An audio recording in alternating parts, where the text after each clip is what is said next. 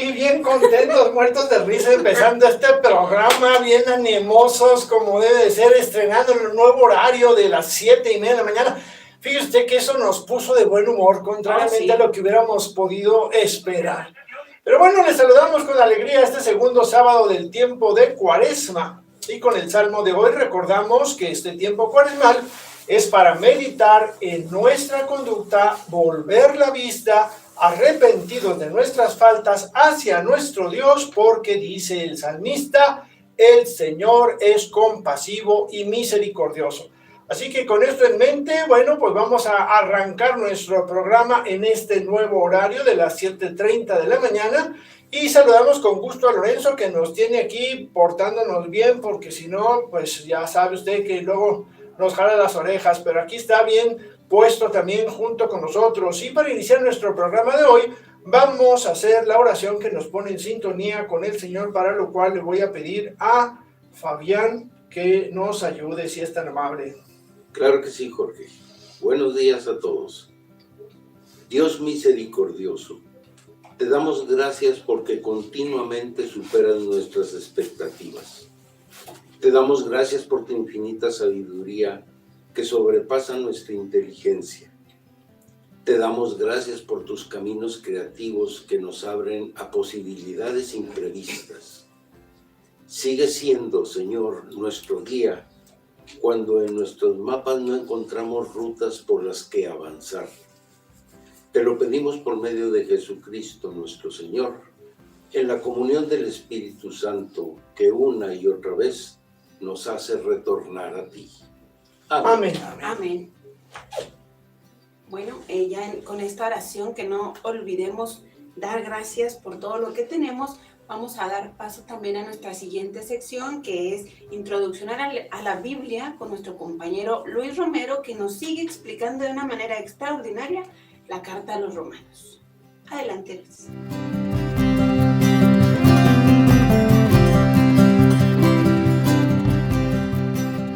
La carta a los Romanos capítulo 8 nos enseña la vida en el Espíritu Santo que vimos la semana pasada, mis queridos hermanos.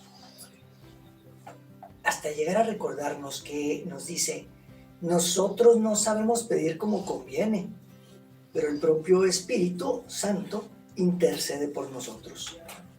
Romanos 8:26. Y bueno, remacha esta sección indicando, nos dice, Dios dispone de todas las cosas para bien de los que le aman. Versículo 28. Y esta es una de mis favoritas en la Biblia. Siempre Dios está disponiendo las cosas para bien de los que le aman. Y esto es estremecedor verdaderamente en el amor. Es como Dios nos va preparando a la santidad poco a poco. Nos está invitando siempre a la santidad. Porque nos eligió, y ya que nos eligió, nos va justificando, o sea, nos va santificando. Ese es el término bíblico de justificar, como santificar. Y como le hace, todo es por obra del Espíritu Santo. Y luego nos dice que nos destina, fíjese lo que dice versículos 29 y 30, nos destina a ser como su Hijo y semejantes a Él. Por eso a los que eligió de antemano, también los llama. Y cuando los llama, los hace justos. Y después de hacerlos justos, les dará la gloria. ¿Te das cuenta qué tan generoso es Dios? No solo nos perdona, no solo es generoso en salvarnos, no solo es generoso en mantenernos, en sostener, en continuar su obra de santificación en nosotros, mientras que permanezcamos en su amor, mientras que sigamos en su camino, sí. Pero mire, hasta nos hace parecidos a Jesús. Porque así lo dice, hasta ser como su Hijo, semejantes a Él. Mi mente no alcanza a comprender esto. Lo único que me surge decir del alma es, hijo, man, neta, ¿cuánto me falta? No sé ustedes aquí, ¿verdad? Pero yo no puedo hacer esto solito. Ahí es cuando viene la ayuda del Espíritu Santo, que va aprovechando cada minuto de mi ser y que yo debo de aprovechar cada minuto de mi existencia aquí en este mundo. Y entonces voy a confiar y confío en que su palabra se cumplirá. Que Él tiene esa capacidad de lograr esa obra en mí. Pero esa libertad que Él me dio, la sigue respetando, entonces tengo que poner de mi parte, hacer de lo mío. Y bueno, volvamos a Romanos. Ahí Pablo pues nos ha enseñado, es Dios quien nos justifica, es Dios quien nos santifica. Y esto nos va llevando a encontrarnos con otras grandes preguntas que nos hace este autor. Fíjese, este está interesante. Y también es una de las favoritas de mucha gente que conozco, de mía también. Entonces, si Dios con nosotros, ¿quién contra nosotros? ¿Cómo no nos va a conceder con Él, con Cristo, cualquier cosa? ¿Quién acusará a los elegidos de Dios sabiendo que Él es quien nos hace justos? ¿Quién los condenará? Aquí esto se encuentra en el versículos 31 y 34. Mi querido hermano, yo creo que eso no necesita mucha predicación ni mucha explicación, no necesita ampliarlo ni profundizarlo, está directito al alma. Anda sin rodeos ahí, es estimulante, refuerza la fe, levanta, alienta, inspira y entusiasma para seguir adelante. Nos anima a seguir creciendo en lo espiritual, no quedarnos ahí, a buscar los encuentros con Él, a reconciliarse otra vez con Él, a leer su palabra otra vez, a conocerlo mejor, a hacer vida lo que Él nos dice. Sigue diciendo, nos dice Johann Ströbinger, Juan Ströbinger, ¿verdad? Rebosando, en uno de sus pies de página nos dice, rebosando de confianza, seguro de la salvación, Pablo el apóstol desafía al mundo para entregarse por completo al amor de Dios. Si Dios con nosotros, ¿quién contra nosotros? Nos está diciendo, señores del mundo, pues mira, sigue tu vida, yo estoy siempre con mi corazón y mi mirada puesta en Dios y mi confianza puesta en Dios. Así, querido oyente, Pablo nos va inspirando a entregarnos al amor de Dios sin límites. No quiere decir que ya no vamos a saber de los hermanos, no quiere decir que ya no vamos a saber del ser humano, no. Está hablando de la caridad, del amor divino, y en esa entrega a su amor, entonces, ahora sí, como dice el Salmo 23, si el Señor es mi pastor, nada me falta. ¿Cómo? Ahora, más fuerte todavía otra pregunta, porque Pablo también le entra lo preguntoncito de vez en cuando, ¿eh? No quiero voltear a ver, pero aquí... Ya me están quitando la chamba. Yo no quiero ser chismoso, pero no quiero decir de dónde salió la idea de las preguntas. Algo se le aprende a los santos. Exacto. Hay otra pregunta, pues, para enfrentar cualquier circunstancia de la vida. ¿Ok? Esta pregunta nos viene como una ola de bendición. Versículo 35. ¿Quién nos separará del amor de Cristo? Es una preguntona y ya me encanta porque entra uno así en esta última parte del capítulo 8, así como gorda en tobogán. ¡Híjole! No. Y le invito a hacerse usted, mi querido hermano, la misma pregunta. Esa pregunta, mi querida hermana. ¿Quién nos separará del amor de Cristo?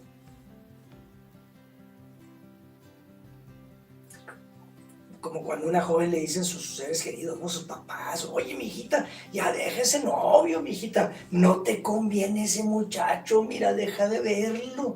¿Y qué es lo que dice la muchacha? No, hombre, yo lo amo, ni tú ni nadie me podrá alejar de él, nuestro amor es para siempre. Si tú quieres que deje de verlo, mira, mejor me caso con él. Mi querido hermano, con esa misma enjundia que tienen los amantes, así un corazón cristiano que ha tenido la experiencia personal de un encuentro con Cristo, de un encuentro con Dios, se enamora de tal forma de Jesucristo que no lo quiere soltar en su vida jamás. Lo busca y lo vuelve a encontrar y lo vuelve a buscar y lo vuelve a mirar y lo vuelve a invocar y lo alaba y se vuelve a enamorar de él. Y más y más. Y luego va y se esconde. Algunos somos medio mañositos, ¿eh? Algunos somos medio confianzudos. No empieces a sacar trapitos aquí. No tienes trancazos porque te los vamos a regresar. La verdad es que algunos, y entonces nos escondemos en su mano. Y le decimos, guárdanos en tu sacratísimo corazón, ahí junto a tus heridas. ¿Y cuándo escoges esto? ¿Cuando más estás en el momento del amor y sabiendo de sus ternuras? ¿O cuando más presiones tienes para que lo dejes? Jamás dejes que nada ni nadie te separe del amor de Cristo. ¿Quién podrá hacerlo? Nomás tu ego. Es el único que te puede separar de Cristo, abusado. Porque un corazón, solamente un corazón que está enamorado, puede perseverar en el camino, con un desprendimiento total de toda carga inútil. A esto y a más nos invita Pablo en su carta a los Romanos, en esta que es una carta energética, pues. Mañana vamos a ver el Evangelio de la Samaritana. Esta mujer tiene un encuentro con Jesús y se vuelve loca de amor por él. La enamora Jesús, la cautiva, y dice por ahí el Evangelio, dejó su cántaro para ir a anunciarlo y atraerse a sus amigos. Pues ese dejar su cántaro es un desprendimiento total de toda carga inútil y de todo pecado y de todo vicio que te pueda alejar de él porque quieres estar con él. Sin embargo, regresamos acá con Pablo y los Romanos. En la vida real, pues, sabemos que las cosas no se terminan a 5. Y pues, a mí me encantaba de niño los cuentos. Y se casaron y fueron muy felices. Ajá. Empieza el camino del amor. En la vida espiritual nos vamos a encontrar con oposiciones, con críticas, presiones, rechazos, expulsiones de algunos grupos y en algunos países persecución, cárcel, muerte, etc. Aquí en México, particularmente en Juárez, vivimos en una paz relativa en cuanto a nuestra religión se refiere, a religiones en general. Ajá. Pregúntale a Nicaragua.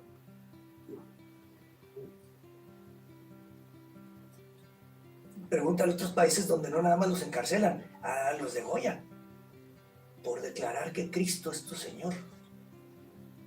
Y si les dices que estás enamorado de Cristo, pues ya nomás te quitan la piel vivo. Entonces, bueno, además de eso, se presentarán adversidades de la vida, de cualquier índole, lo más natural de la vida, quiebras económicas, enfermedades, muertes de seres queridos, vejez, tu misma muerte que se acerca quizás, y sin remedio, quizás las tentaciones, 90, 60, 94. Dinero, mi carrera, el mundo. Porque, mi querido hermano, nuestros cuerpos no son inmortales. No tomemos a Dios a nuestro antojo. No pretendamos manipular su acción amorosa en nuestras vidas. Ni mucho menos queramos decirle qué se hace, cómo se hace y cuándo. Esta lectura, pues, en Romanos nos anima cada vez más a sabernos muy amados y a sabernos enamorados de Dios y de su palabra, y que no nos dé vergüenza y que no nos dé timidez y que podamos con una serenidad absoluta decir como la amada le dice al amado, contigo pan y cebolla. ¿Qué puede pasarnos si estamos juntos? Así se dicen los amantes, ¿no? Bueno, y más en sus delirios de amor. No, nada nos va a separar, dice una canción por ahí, ¿verdad? Híjole, y así pasaron los años. Así que, mi querido hermano, mi querida hermanita, recibe una vez más esta invitación a vivir bajo la protección amorosa de Dios, que es siempre fiel. Y entonces viene el cierre sabroso. Pablo sigue diciendo, ¿qué nos separará pues del amor de Cristo? ¿Las pruebas o la angustia? ¿La persecución o el hambre? ¿La falta de ropa? ¿Los peligros? ¿La espada? Nos lleva a seguir entusiasmados en el fuego del amor, haciendo una introspección, una revisión de vida para reforzar una y otra vez más esa armadura de Dios de la que nos habla en Efesios 6, y solo que aquí es dándole vueltas una y otra vez al amor que el Espíritu Santo derrama en nuestros corazones, porque un amor solamente humano se quebranta, se raja ante lo que hemos platicado.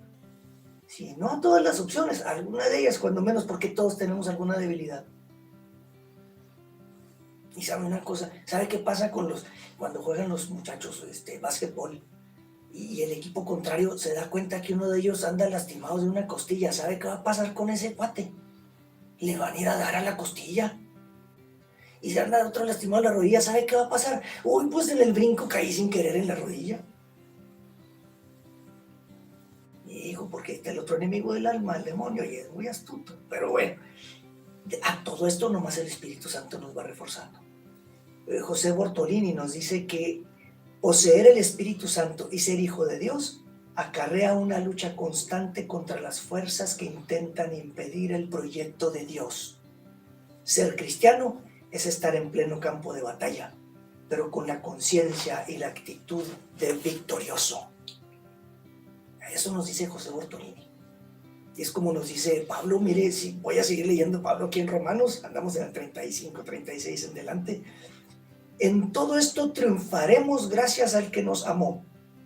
Estoy seguro de que ni la muerte, ni la vida, ni los ángeles, ni los poderes espirituales, ni el presente, ni el futuro, ni las fuerzas del universo, abismos, ni criatura alguna podrá apartarnos del amor de Dios que encontramos en Cristo Jesús, nuestro Señor. Nada ni nadie, mi querido hermano. Y nótese que al decir vida, muerte, nos está presentando dos extremos en los que el amor puede renovar la vida en el día con día. También Bortolini nos va diciendo más o menos por ahí. Están, fíjese, los ángeles y los poderes espirituales los muestra como unos poderes superiores al ser humano, mas no es superior al amor divino, y de ese te puedes llenar tú si invocas al Espíritu Santo.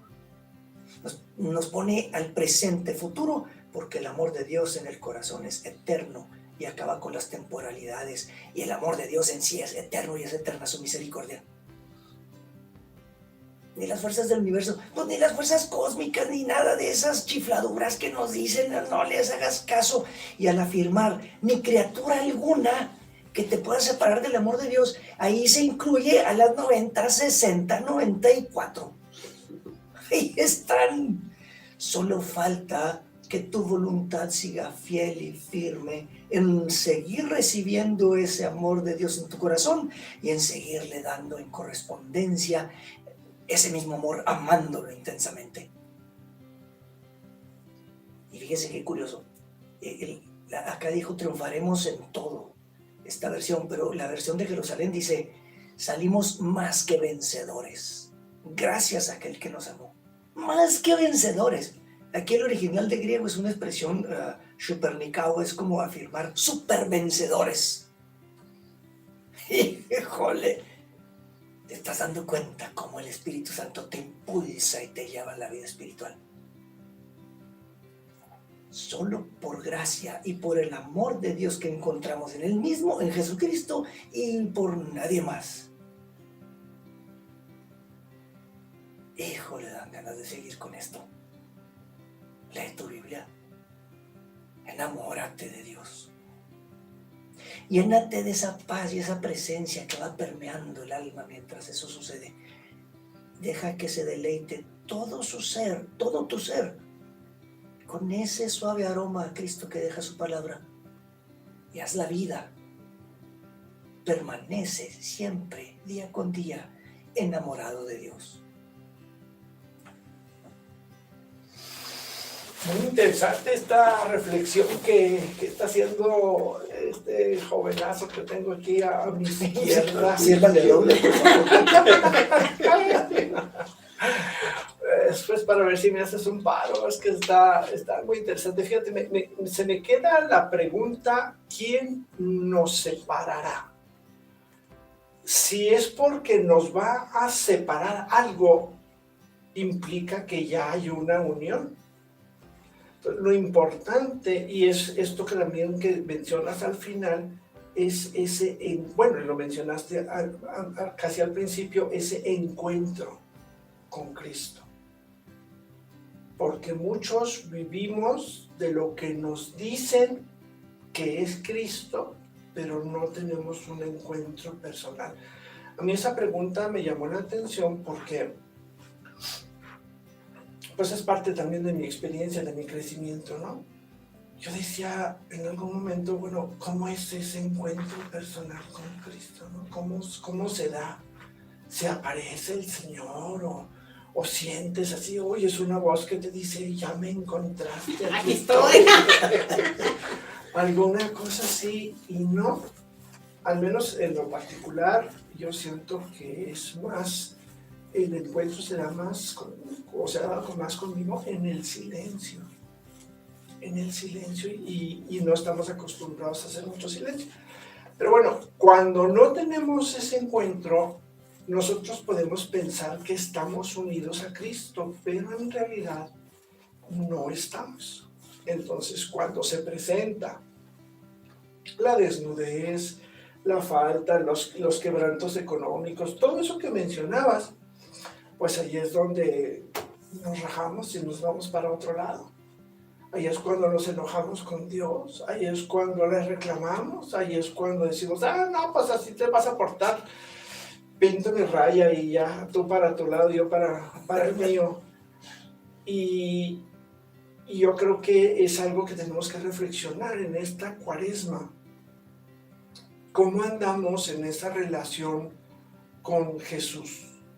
Porque a veces el Jesús no se nos cae de la boca, pero nuestra forma de vivir no es exactamente un ejemplo a seguir, ¿no? Bueno, ya no ejemplo a seguir, porque uno no debe ser ejemplo de nadie, sino un testimonio. Se supone que somos testigos de, y luego no nos portamos como si fuéramos testigos de, pues entonces estamos cayendo en una incongruencia. Y entonces es muy rápido, es muy fácil que nosotros ante el primer descalabro salgamos por peteneras, ¿verdad? ¿Por qué? Por peteneras. O sea, disculpen mi ignorancia, ¿qué es eso? Sales corriendo. Ok. O lo que es lo mismo, tomarlas de Villadiego. No, está bien, así lo dejamos. Es fumarte. Sí, se hablan en palabras conocidas, Bueno, amigos. hacer mutis por la izquierda. Ya déjenlo así que... Ya estuvo, ya. Ok, así lo dejamos, Ya, queridos no radioescuchas. A final de cuentas es perder el camino, ¿no? Es perdernos en todo eso que se nos puede presentar, en ese camino que nos acabas de describir, como un camino lleno de tropiezos, esa lucha constante en la que debemos estar. No, pues yo soy un cristiano muy a gusto, muy feliz, y pues no, yo no me peleo con nadie, ni nadie se pelea conmigo. No, pues algo le está fallando, porque mire, cuando uno se deja rodear por los enemigos, y si no hay lucha, queda uno a merced de esos enemigos. Y el principal o más peligroso enemigo, déjeme que le cuente, puede ser uno mismo. Yo solito es el que empiezo a justificarme, a decirme, a permitirme, a lavarme el cerebro diciendo que soy de los buenitos, a engañarme, o sea, yo solito soy el primero con el que tengo que tener cuidado, y eso implica una lucha constante. Y a veces el libro, tú te sabes el nombre de este señor porque a mí se me olvida muy seguido porque no me lo puedo aprender, pero el del combate espiritual. El combate espiritual es de Lorenzo. Ahorita me acuerdo. Bueno, ahorita nos acordamos. Lorenzo Lencho. Sí. ¿Es tuyo, Lorenzo? No es de Dice Lorenzo no que es de no, este que no Lorenzo, es de... no. Bueno, pero ahorita ese combate espiritual, eso es lo que narra todos los días, es el negarse, el privarte de algo, el hacer pequeñas cosas. Ahorita más porque estamos en Cuaresma y a lo mejor decimos, bueno, voy a sacar mis mejores abstenciones o sacrificios para este tiempo. Pero la lucha implica un combate diario, primero con uno mismo y luego ya con todo lo que nos viene rodeando, ¿no? Es Lorenzo Scupoli. Scupoli. Ya no se me va a olvidar porque es así como Scupoli. Escúpeli. Bueno, así pues ese señor, de todas maneras, si usted no lo ha leído, ese librito del combate espiritual, Se los recomiendo y más en este tiempecito de Cuaresma, es como para ir acompañando una lectura diaria de este librito. Si no tiene usted algún plan en especial para este tiempo cuaresmal. Pero bueno, vamos a dejar aquí esta reflexión fabulosa de este pedacito de la carta a los romanos que nos ha hecho Luis el día de hoy. Y vamos a hacer un pequeño corte y regresamos para nuestra sección de el personaje bíblico. Volvemos en un momento.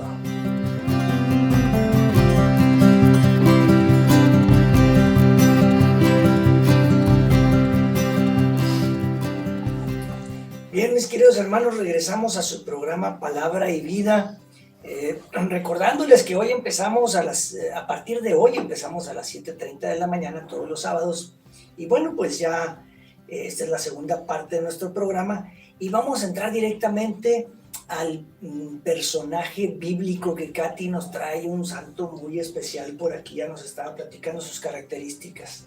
Adelante, Katy. A propósito del horario, sí. Si se perdieron la primera parte, después la pueden ver ya en el podcast o en la página de YouTube del Instituto. Digo, por aquello de que a alguien se le haya pasado ponernos a las 7:30. ¿Una aclaración? Adelante. Pequeño anuncio.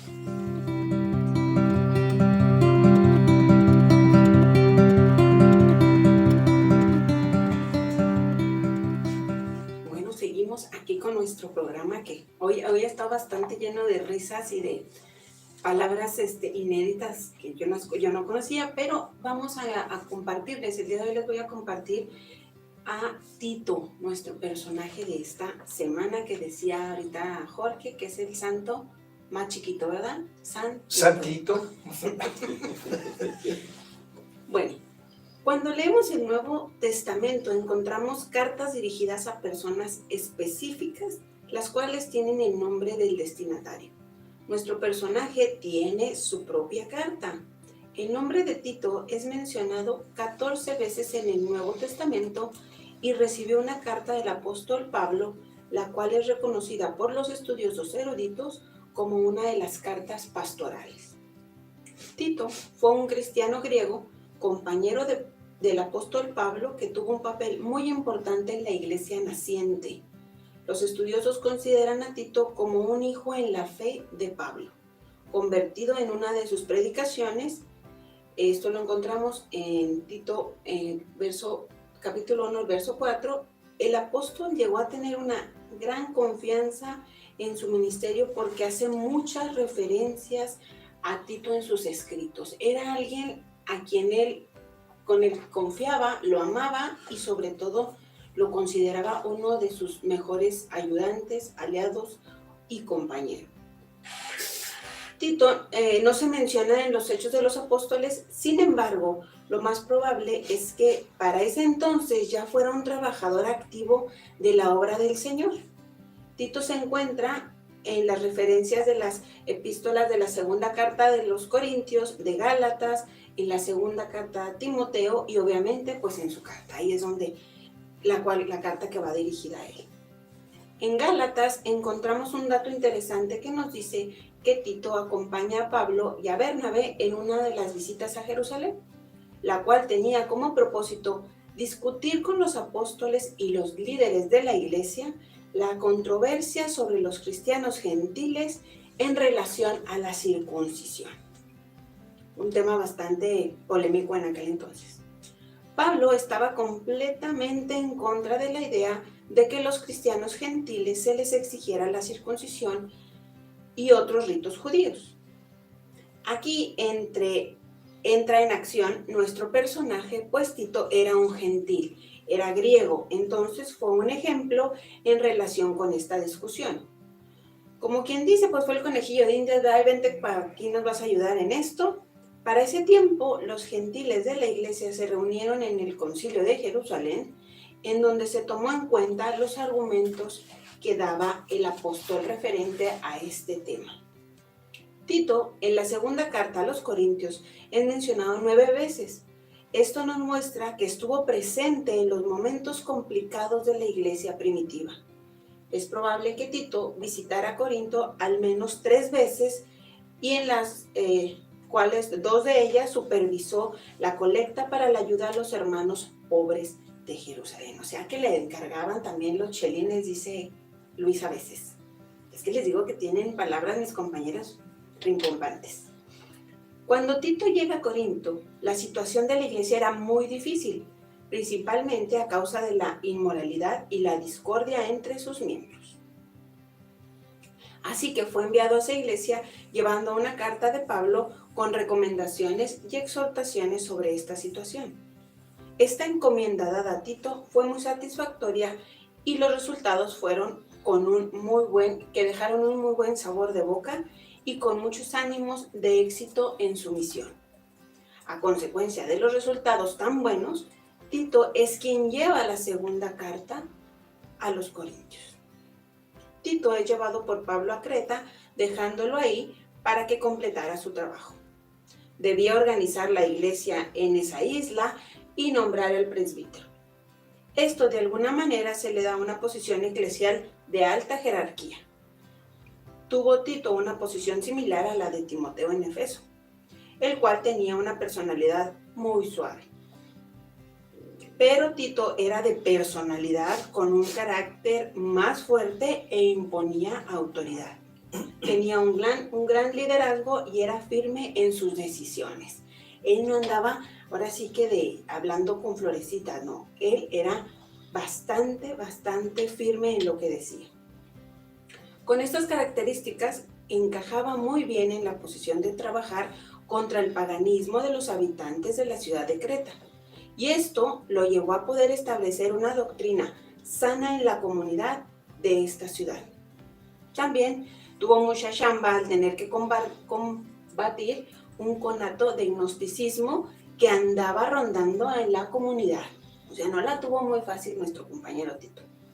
Es posible, según algunos estudiosos, que en Nicópolis Tito recibiera otro cargo de una misión evangelizadora en Dalmacia, que estaba llevando a cabo cuando Pablo escribió la segunda epístola a Timoteo. Se cree que regresó a Creta y permaneció ahí como obispo de la iglesia hasta una edad avanzada, con tareas de gran importancia y relevancia, como fueron luchar contra las falsas enseñanzas, la sana doctrina, el ser puros, el reconocer que el pueblo era heredero y la exhortación de vivir una vida pura. Una carta que fue muy conveniente, debemos reenviárnosla nosotros mismos y hacerla nuestra. Les recomiendo que la lean, es bastante interesante ahorita en esta época de Cuaresma para saber y reconocer todo lo que ahora sí nos comenta y nos quiere compartir en esta carta Tito. ¿Qué podemos aprender de nuestro personaje? Él se convirtió escuchando las predicaciones de Pablo. Esto quiere decir que le interesaba lo que predicaba, lo que escuchaba. Estaba cerca de quien llevaba la buena nueva. Y ahí entran las preguntas, aparte de todas las que hizo Pablo también en Romanos, pero también les dejo las mías, no crean que no. ¿Cómo nosotros nos acercamos a escuchar la buena nueva? Así como Tito anduvo ahí cerca de Pablo escuchando lo que Pablo decía, nosotros nos acercamos a donde se escucha, donde se nos da la palabra de Dios, o fingimos demencia y hacemos que la Virgen nos hable. Fue un gran colaborador de Pablo, pues le tenía confianza y era de una amistad muy cercana. ¿Cómo andamos nosotros con eso?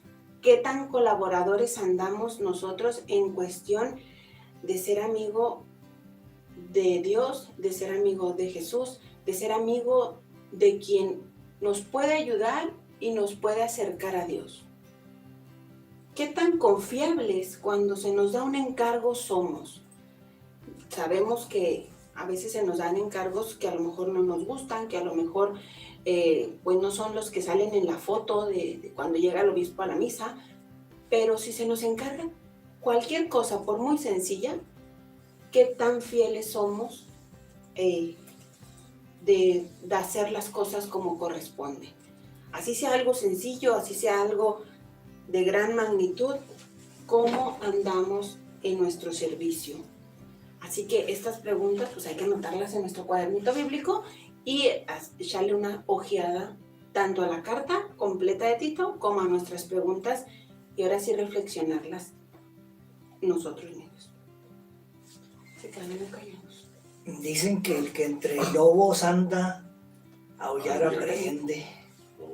Aquí, joder, y aquí quise ganarle esta a Jorge porque Es buena. sí. Tito se juntó con Pablo y algo se le pegó. Y entonces finalmente viene a crecer espiritualmente porque va siguiendo sus enseñanzas, que más que nada las enseñanzas de Pablo era formar discípulos de Cristo.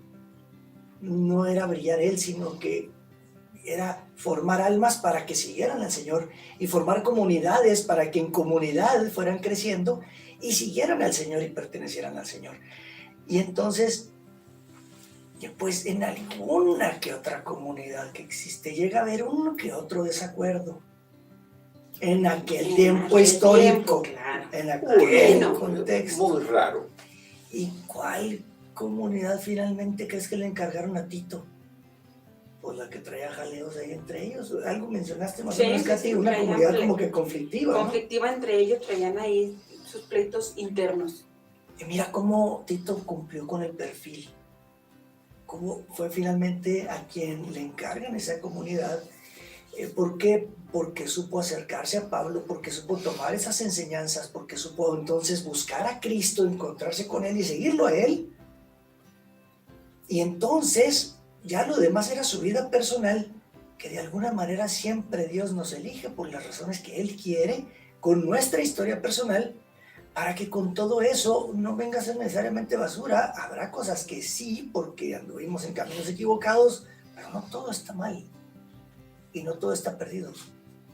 Siempre el Señor está actuando. Y entonces ponen a este hombre ahora como instrumento de Dios, como instrumento de la iglesia, a cuidar de una comunidad que estaba en conflicto y a levantarla, a hacerla y ayudarla a resurgir. Todo por juntarse con amigos que supo elegir. A tu familia no la elegiste tú. Hubo amiguitos de la escuela que no elegiste tú. Hubo mucha gente que no elegiste tú en la vida. A tus amigos sí los eliges. Elige bien. Exacto. Así es. Jorge, Fabián, no sé. Jorge, ¿algún comentario? Jorge se No, pues ya le gané el refrán. Ya Pues ya me ganaste el refrán, pues ya estoy pensando otra vez qué digo. Otro. No, yo creo que tiene esto que ver mucho con la disposición. ¿Cuál es mi disposición para escuchar primero? ¿Y cuál es mi disposición, sobre todo la última pregunta de Katy, para cumplir con lo que se me encarga?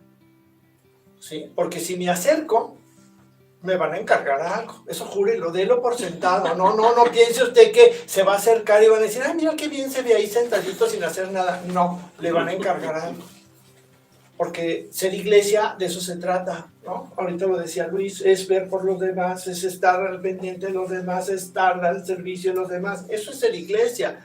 Si usted se considera iglesia, pues debe ser parte de su actuar, de su vida. En algo tiene usted que estar ayudando, y si no, pues entonces hay que preguntar esta segunda pregunta de Katy, ¿qué tan colaboradores andamos siendo? Porque si no colaboramos, ¿verdad? Si nos ven y dicen, oye, más ayuda el que no estorba. Cuidado. En tu casa te buscan. En tu casa te buscan, si te hablan por teléfono. No, creo que ahí tenemos que tener esa disposición, y esa disposición nos lleva a buscar a Dios, y ese buscar a Dios nos va a llevar al encuentro, y ese encuentro nos va a remitir a la carta a los romanos. Y ya después que lo encontremos, ¿quién nos separará? ¿Quién? A ver, ¿quién? Y a lo mejor las misiones que nos ponen no van a ser fáciles. A Tito no le tocó ir a una comunidad que ya estaba formada. Muy bonita. Muy bonita, sin pleitos, todos ellos bonitos y queriéndose. No, fue a poner orden a esa comunidad, porque es el que tiene el carácter fuerte. Hay que saber que en las pruebas, a donde nos manden, no vamos a ir a a la tierra que emana leche y miel. No, vamos a la batalla. Fíjate que eso que acabas de decir considero que es muy importante porque nos pasa mucho. Queremos hacer lo que no podemos hacer y lo que podemos no lo queremos hacer porque, es que eso no me gusta.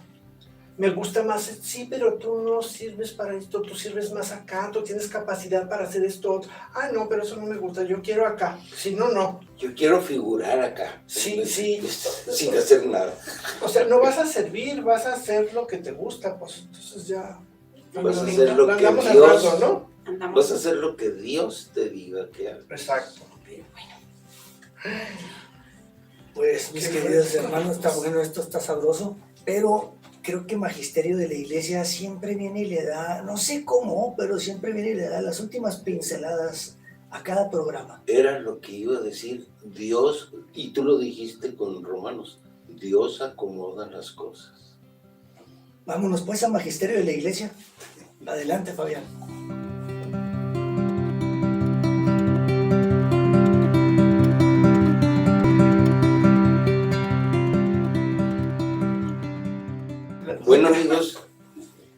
Bueno amigos, la verdad es que es cierto lo que decía Luis, porque el tema de hoy trata de todo lo que hemos estado viendo.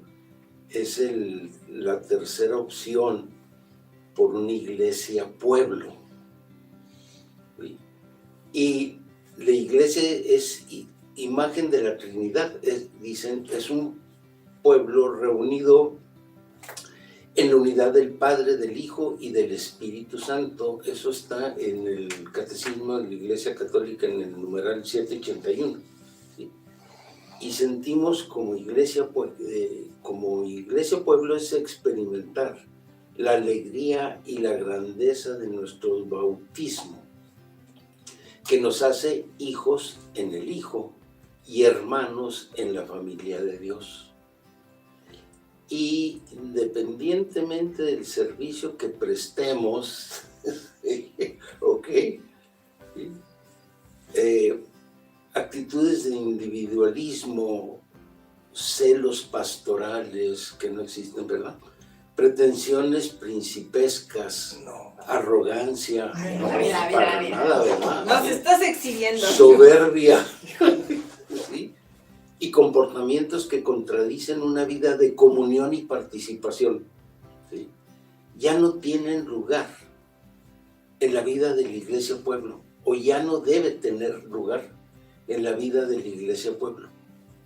Por lo que es muy urgente fortalecer los espacios de colaboración de los laicos, así como la articulación de las estructuras intermedias de comunión en la Iglesia, provincias eclesiásticas, comisiones y dimensiones de la Conferencia del Episcopado Mexicano.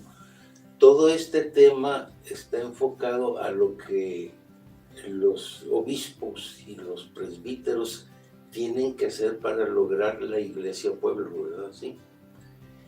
Fíjate que esas comisiones y dimensiones pues son las que se ha estado trabajando en la diócesis, sí, aquí impulsadas por nuestro señor obispo, y yo creo que es algo que debemos de conocer todos. Toda la diócesis deberíamos de saber cuáles son las comisiones y dimensiones que integran la función pastoral de nuestra iglesia particular de Ciudad Juárez. Pero se debería de proclamar más o enseñar más, porque hay mucha gente que ni siquiera sabe nada de esto.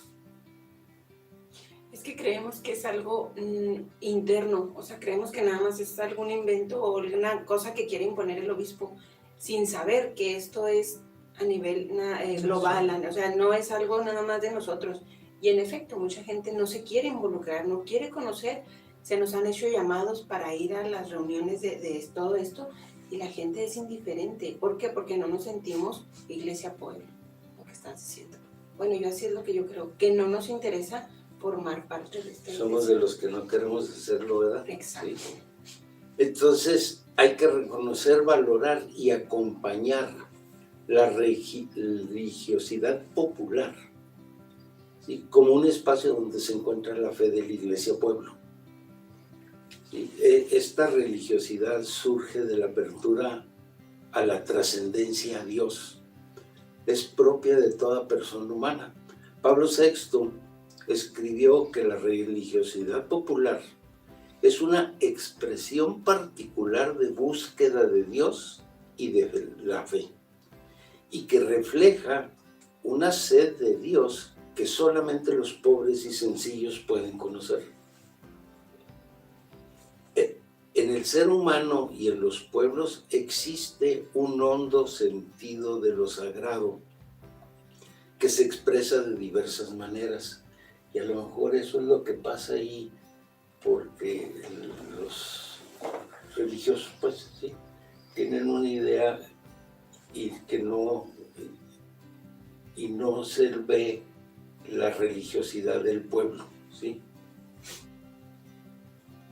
Porque la religiosidad del pueblo, de modo particular, es en cada pueblo de acuerdo a su propia idiosincrasia y su historia. Y tienen una dimensión personal y otra comunitaria.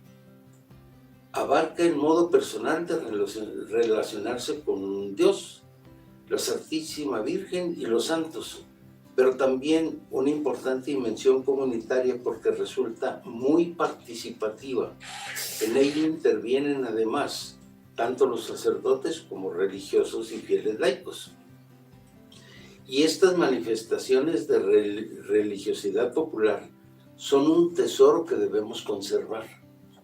Y normalmente se ha buscado hacerlo a un lado, pero por eso es lo que se está trabajando en eso ahora, ¿no? Algunas de ellas son reconocidas también como fenómenos de interés turístico o como parte del patrimonio inmaterial de la humanidad, pero son ante todo manifestaciones de la fe y devoción de un pueblo. Y cuando veía yo esto, me acordé de Oaxaca. Sí, cuando celebran el día 1 y el día 2 de noviembre. El Día de Todos los Santos y el Día de Muertos. Mucha gente va allá a ver lo que celebran. Y es una celebración muy interesante. Y esa es la idiosincrasia de ese pueblo, porque ahí es donde se hace, ¿no? Y eso no debemos de perderlo, hay que saberlo manejar para que tenga su lugar, ¿no? En Oaxaca dices. En Oaxaca. Interesante. Sí, está pues, es precioso. Ir a Pamplona no me atrae mucho, pero a lo mejor a Oaxaca sí voy. Sí, y de verdad que sí. Yo fui y estaba bárbaro. Ahora, si se te hace muy lejos, pues también está Pátzcuaro, un poquito más cerquita. ¿También? También en Pátzcuaro, ahí en el lago, hacen toda una ceremonia, pues todo. ¿Vieron la película de Coco? Sí. Coco. Sí. ¿Coco con ginebra o qué? No. Que le tengo miedo al coco. ¿No vieron la Una película película de Coco? animada. La de los Muertos, muertos, sí. sí. Sí. ¿No? ¿No? Véanla, está muy interesante porque precisamente usan la forma de ser de Oaxaca para hacer todo eso. Es muy bonita esa película de Coco. Es una película mexicana, está ahí. Ahí la vemos. Son caricaturas, ¿eh? No haya que decir. Entonces nos dice esta opción que es tarea propia de los obispos, no perder de vista que a falta de consideración o estima de la piedad popular,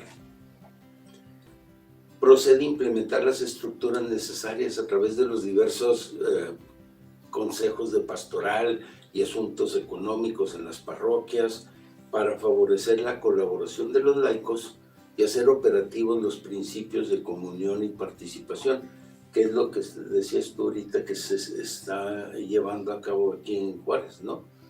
Y reconociendo que en algunas ocasiones hay prejuicios ideológicos realizados en nombre de una presunta pureza de la fe, por no tener en cuenta que la religiosidad popular también es una realidad promovida y sostenida por el Espíritu Santo. y no considera suficientemente los frutos de gracia y santidad que ha producido en la iglesia. Y así pues, como obispos y presbíteros deben asumir y tomar conciencia de nuestra pertenencia a una iglesia pueblo, manifestándolo en nuestras actitudes y formando en esta disposición espiritual a los candidatos al presbiterado.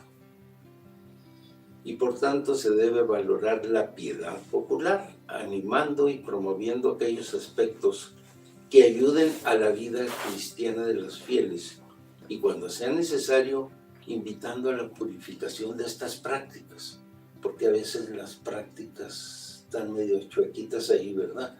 No hay que separarlas, sino traerlas a lo que es, lo que debe de ser, ¿no? Entonces hay que abrir más espacios para una iglesia pueblo, una iglesia incluyente, donde se acoja con misericordia a esposos vueltos a casar, homosexuales, madres solteras, ancianos, indigentes, inmigrantes, entre otros, ¿sí? Tenemos que acogerlos, no aceptar lo que puedan estar haciendo, sino acogerlos como hijos de Dios, ¿no? También, ¿sí? Y promover el liderazgo femenino y una participación más amplia en la vida de la iglesia desde un auténtico respeto a su dignidad de mujeres, ¿no? Valorar la presencia y testimonio de las consagradas y consagrados, para que desde su carisma busquen vivir más auténticamente el espíritu original de su instinto religioso y se fortalezca su integración en los procesos evangelizadores de las diócesis donde se encuentran. Promover y fortalecer una participación más intensa y fructuosa de los sacramentos en la vida de los fieles, principalmente de la Eucaristía. Ese es el otro punto interesante del PGP.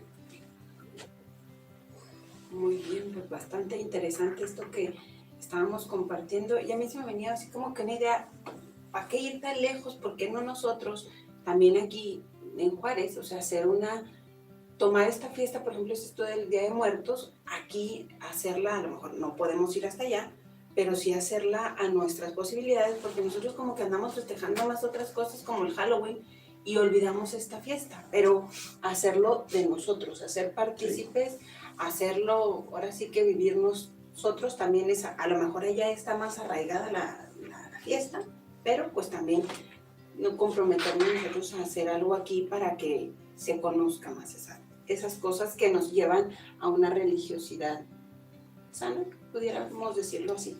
Y aquí tenemos que ver también cómo buscar la manera de juntar, pues, ¿sí? Porque siendo Juárez es una de las ciudades en las que viene gente de todas partes del México a conseguir trabajo aquí. Veracruzanos, de Distrito México, de Federal, Haití, de Venezuela, de Guatemala, de Argentina. Ya estamos bien internacionales. Entonces somos una mezcla más, Mezcolanza. sí, entonces tenemos que buscar cómo integrar toda esa iglesia pueblo, porque ellos traen Toda esa cultura. toda también esa cultura que vivieron allá, ¿verdad? Por eso te digo, o sea, sería interesante hacer Entonces algo es parecido. interesante meternos por ahí. Pero bueno, este tema está importante, pero yo veo que los minutos van ya corriendo se acaban Se los acaban. minutos. acabaron ya. Nos tenemos que ir y nos vamos directo con el camino de hoy, Luis, por favor. ¿O quién es? No, Fabián, perdón, Fabián. Claro que sí. Camino 448. Sí, para que acabe de rematar. Nada más la estacada. Es más fácil decir que hacer. Tú, que tienes esa lengua tajante de hacha, ¿has probado alguna vez por casualidad siquiera a hacer bien lo que según tu autorizada opinión hace los otros menos bien. Ay, no, ya vamos. Digo por aquello de que me acordé de Tito, no sé por qué. ¿Ven? Y por aquello de que andemos buscando la pelusa en el ojo ajeno y no viendo la vida en el propio. ¿verdad? Exacto. Híjole. Es que todo lo hace mal. Ándale. ¿Quién nos separará Al de Dios? otro. Ahí están, nosotros mismos empezamos. ¿Sí? Así es. Bueno, pues ahí se queda este tema para reflexión. Nos despedimos con alegría y con esperanza de que esta información que compartimos el día de hoy sea de su agrado y sobre todo sea útil para su crecimiento espiritual. Compartimos micrófonos en este día. Fabián, Katy. Luis. Y Jorge en una emisión más de Palabra y Vida.